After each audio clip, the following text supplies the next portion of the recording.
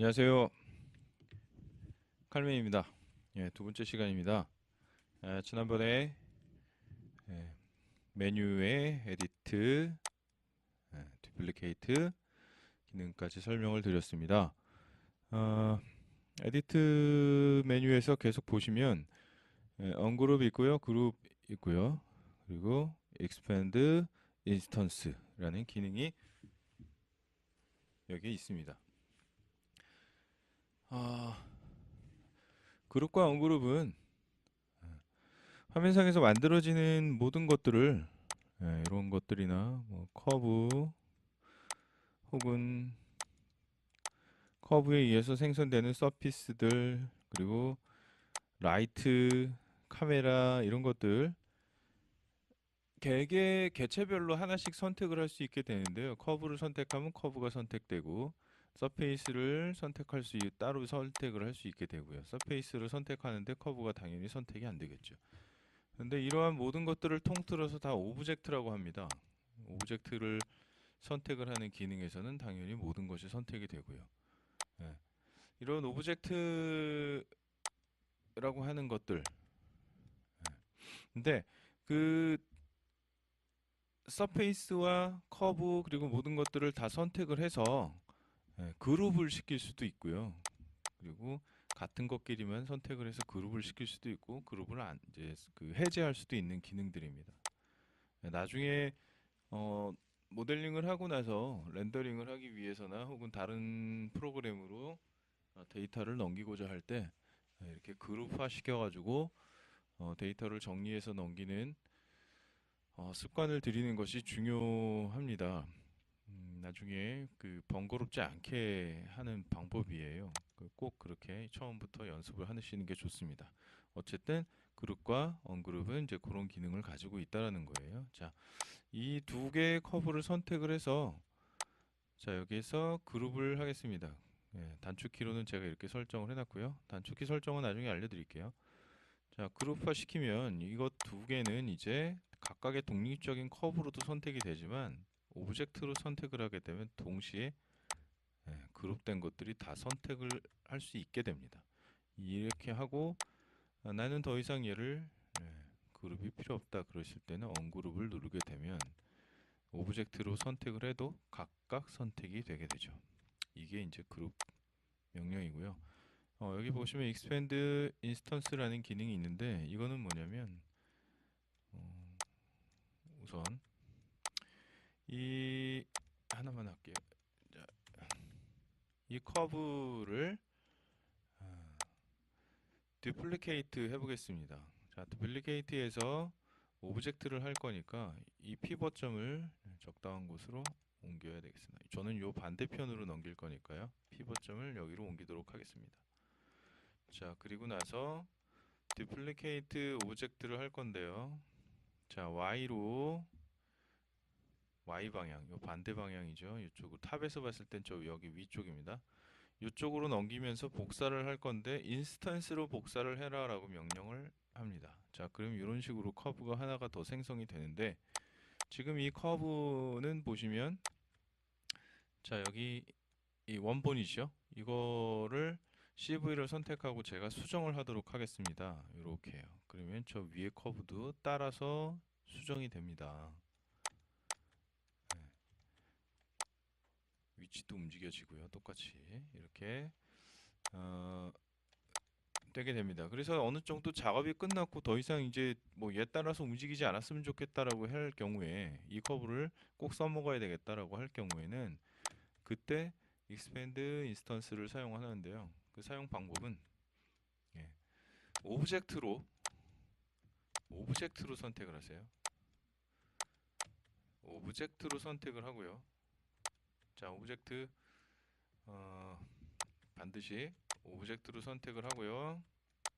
이 녀석만 따로 선택이 되죠. 그 다음에 에디트에 있는 expand instance를 누르게 되면 얘는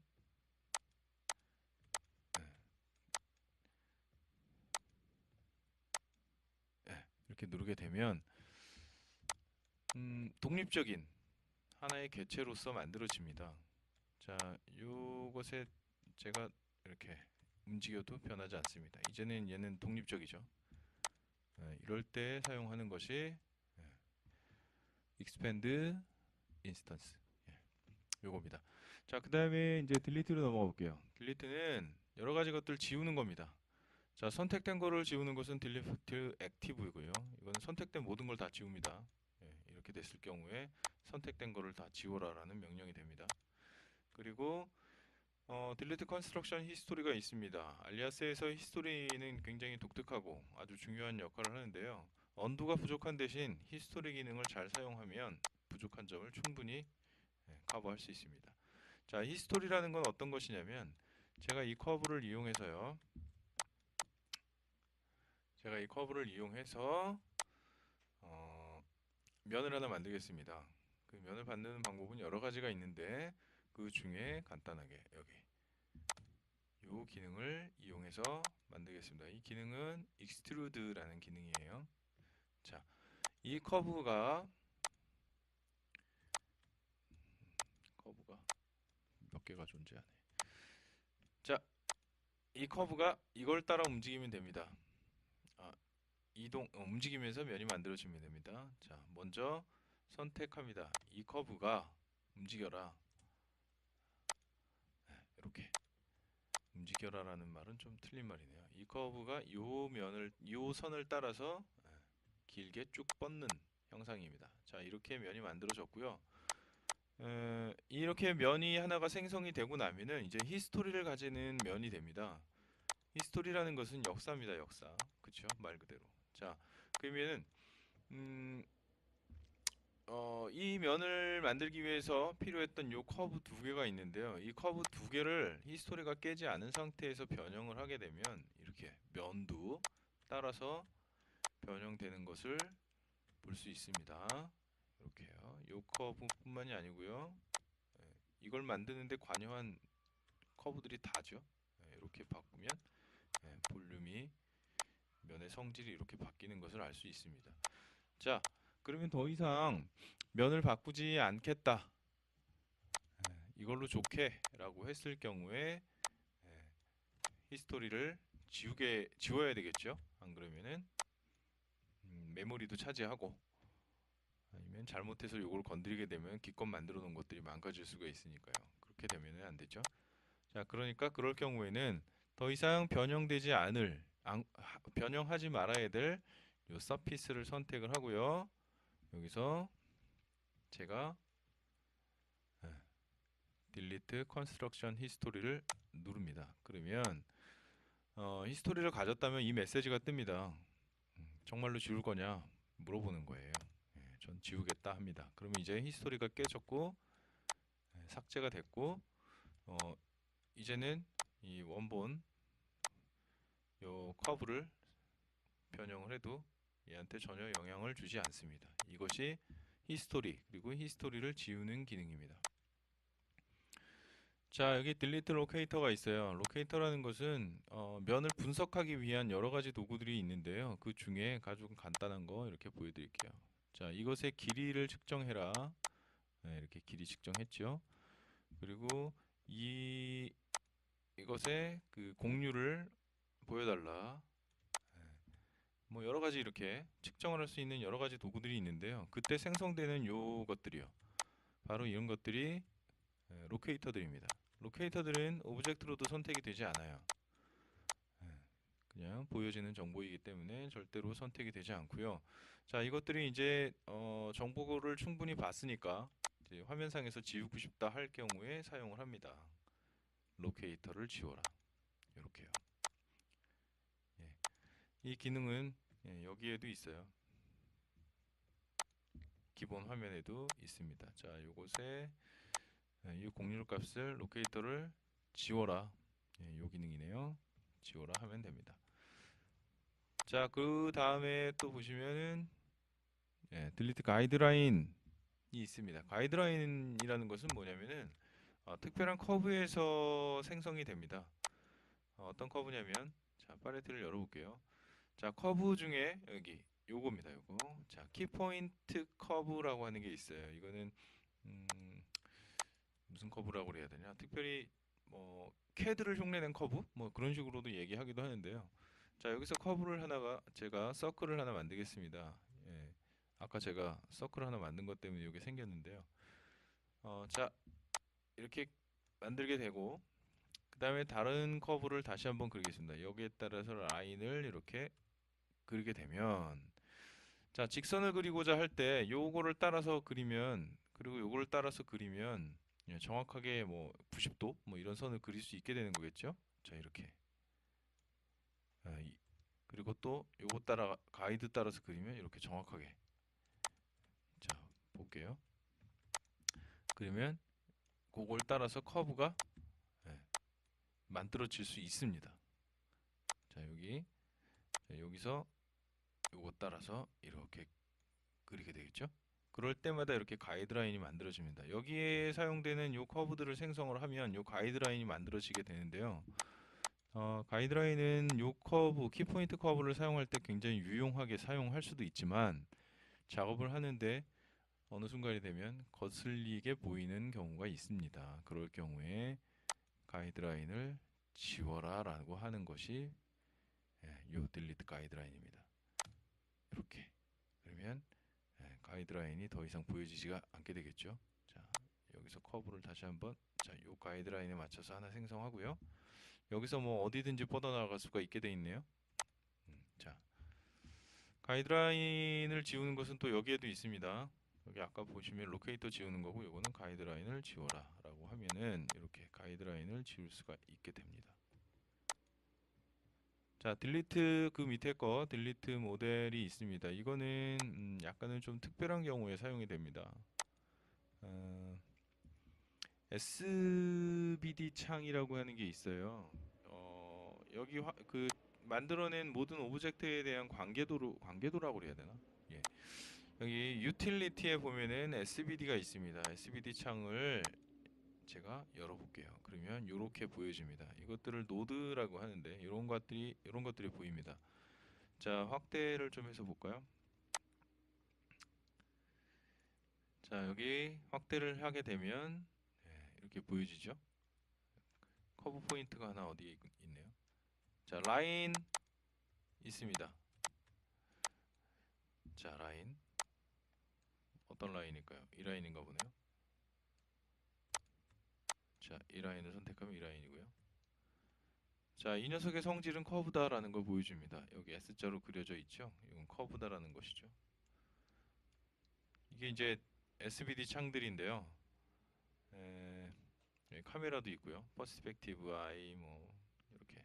자, 이걸 SBD 창이라고 하는데 여기 안에 있는 에, 모델들을 지워라, 이 오브젝트들을 지워라라고 하는 겁니다. 이거 눌러주게 되면 진짜냐? 그러면 다 지워집니다. 간단하게. 다 지워졌죠? 그럴 때 사용을 하는데 뭐 이렇게까지 사용을 하는 일은 저는 작업하면서 한 번도 해보질 않았습니다. 자, 딜리트 모델이라는 것은 그런 것이고요. 페인팅이라는 것은 에, 이미지에 관련된 것들을 지우는 겁니다. 딜리트 캔버스, 뭐 이미지 레이어, 뭐 페인팅에서 만들어지는 것들에 대해서 여기서 지우게 되는 거고요. 뭐 따로 여기 또 나와 있네요. 이미지 플랜을 지워라. 프로젝트된 텍스처를 지워라 라는 명령도 있고 애니메이션 관련된 거 지우는 것도 있고요. 그 다음에 딜리트 윈도우는 작업 창을 지우는 거예요. 굳이 이 기능이 필요한지는 잘 모르겠지만 작업 창을 지우는 기능이고 그다음에 딜리트 널 노드 이것도 역시 SBD 창에서 지워지는 명령입니다. 딜리트 기능은 여기까지 하도록 하겠습니다. 자, 그 다음에 레이아웃인데요. 레이아웃은 간단하게 말씀드리면 작업창을 변경이래. 선택하는 거죠. 선택. 자, 퍼스펙티브는 F8을 누르면 퍼스펙티브 창이고요. 프론트 선택하면 프론트겠죠. 네, 이런 것들이 변형이 됩니다. 현재 상태에서요. 이거 선택을 하게 되면 작업창이 레프트로 바뀝니다. 이런 식으로 되는 것이고요. 알리아스에서는 퍼스펙티브라고 하는 것은 곧 카메라입니다. 카메라가 현재는 기본적으로 하나가 만들어지는데요. 사용자가 카메라를 더 만들 수도 있습니다.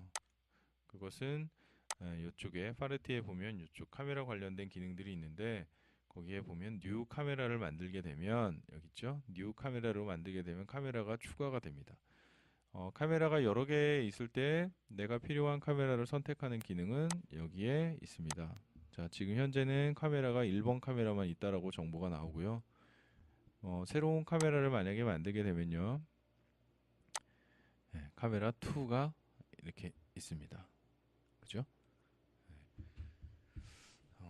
지금 이왕 설명을 드린 거니까 자, 이렇게 그렇다면은 카메라 1, 2는 어디에 존재하는가? 지금 현재는 보이지 않습니다. 자, 그럴 경우에 지난번에 설명드린 요 쇼우 여기서 카메라를 보이게 해라라고 합니다.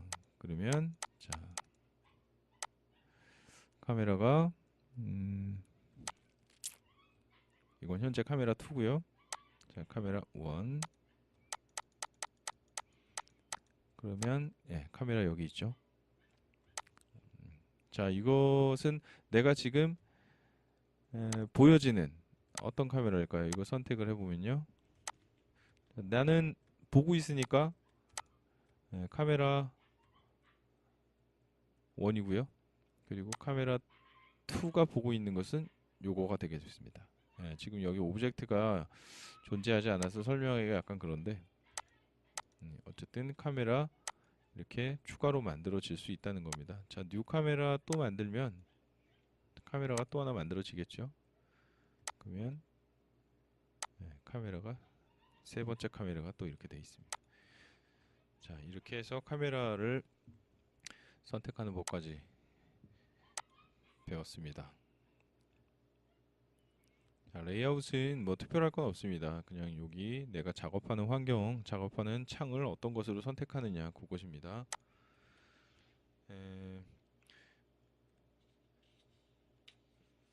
그리고 그 다음에 이제 오브젝트 디스플레이에 넘어가겠는데요. 오브젝트 디스플레이는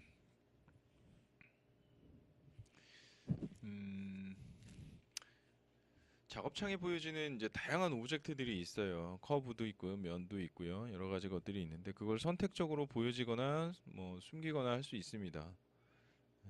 이렇게요. 그래서 여기서는 뭐 거의 여기 거를 건드려 가면서 뭐 작업을 하는 경우는 거의 없고요. 여기서 특별한 것들을 보여드리자면 자, 오브젝트 디스플레이를 선택을 했고요.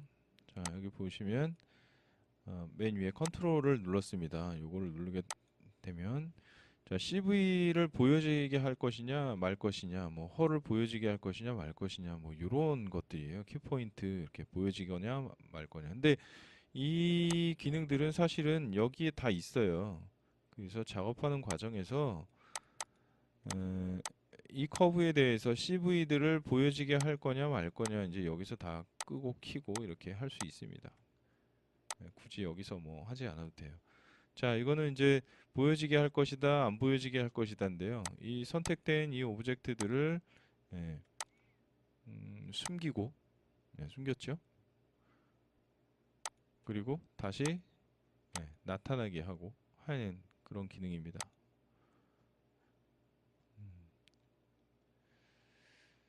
뭐 그런 기능들이 여기 숨어져 있어요. 이거는 거의 대부분 마킹 메뉴 제가 보시면 여기 1, 2, 3 이렇게 보여지는 거 있죠 지금.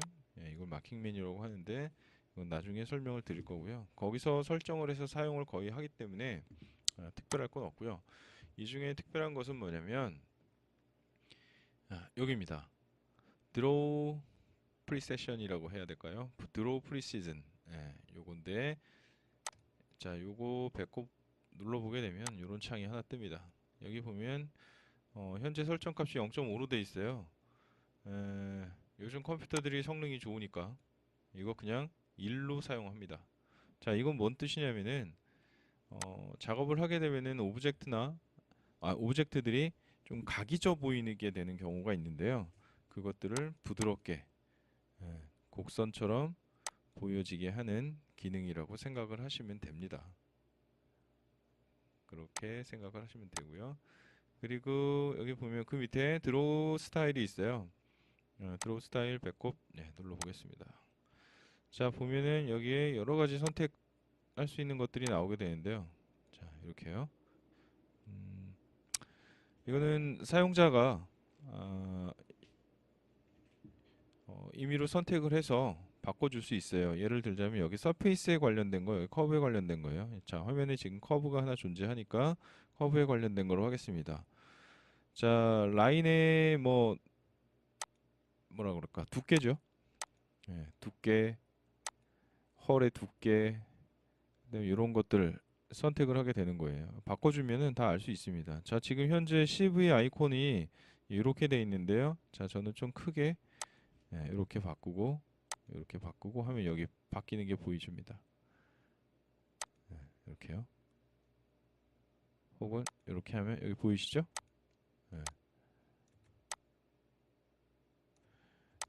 이 메뉴들이 이렇게 아이콘들이 보여지는 CV들이 이렇게 바뀌는 거 볼 수 있습니다.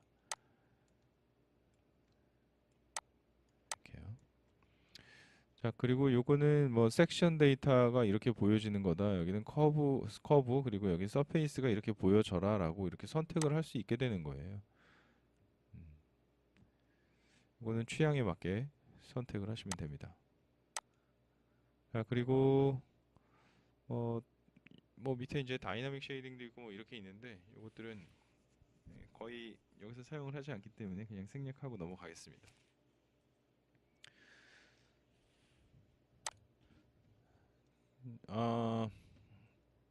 다음 과정까지 가려면은 여기까지 할까요?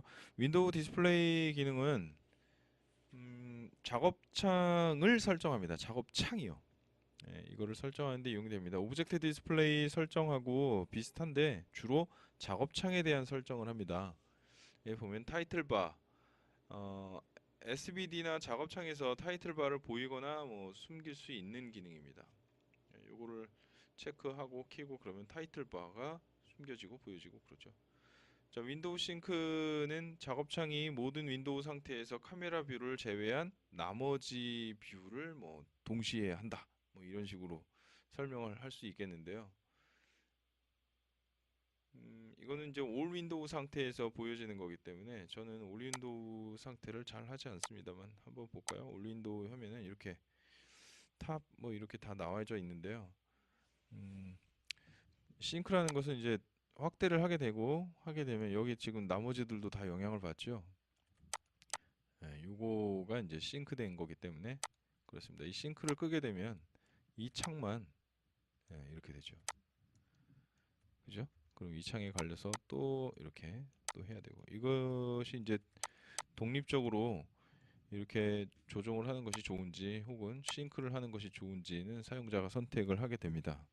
기본으로 싱크로 되어 있는 것 같고요.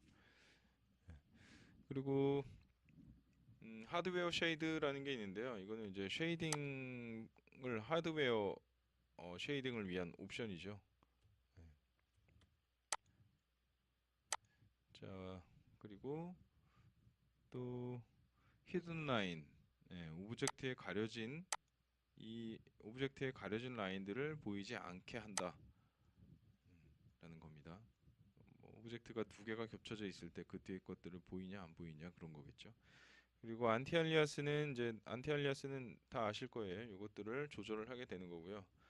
그리고 트랜스퍼런시라는 이제 작업 오브젝트의 투명도를 조정합니다. 작업창에. 그리고 엑스레이라는 거는 이제 오브젝트 뒷면에 있는 CV를 보이게 하겠죠. 엑스레이처럼 가려져 있으면 CV가 안 보이는데 그 뒷면에 있는 것들을 보이게 한다. 뭐 그런 겁니다. 자, 이렇게 이런 것들을 이제 볼 수 있게 하는 것이겠죠. 켜져 있으면. 그리고 뭐 쇼우라는 것은 여기에 있는 것과 마찬가지입니다. 여기서 선택을 하게 되는 거겠죠. 자, 카메라 안 보이게 꺼달라 그러면 카메라는 안 보이게 되고 뭐 그리드를 켜달라 그러면 그리드가 다 보여지게 되겠죠. 그리고 토글 있습니다. 자, 토글인데 여기 것들을 뭐 켜고 껌으로써 뭐 보여주고 안 보여주고 하는데 여기 기능들이 다 여기에 들어가 있다라고 생각을 하시면 돼요. 켜고 끼고 끄고 그렇게 생각을 하시면 됩니다. 네, 오늘은 윈도우 디스플레이까지 설명을 드리는 걸로 할게요.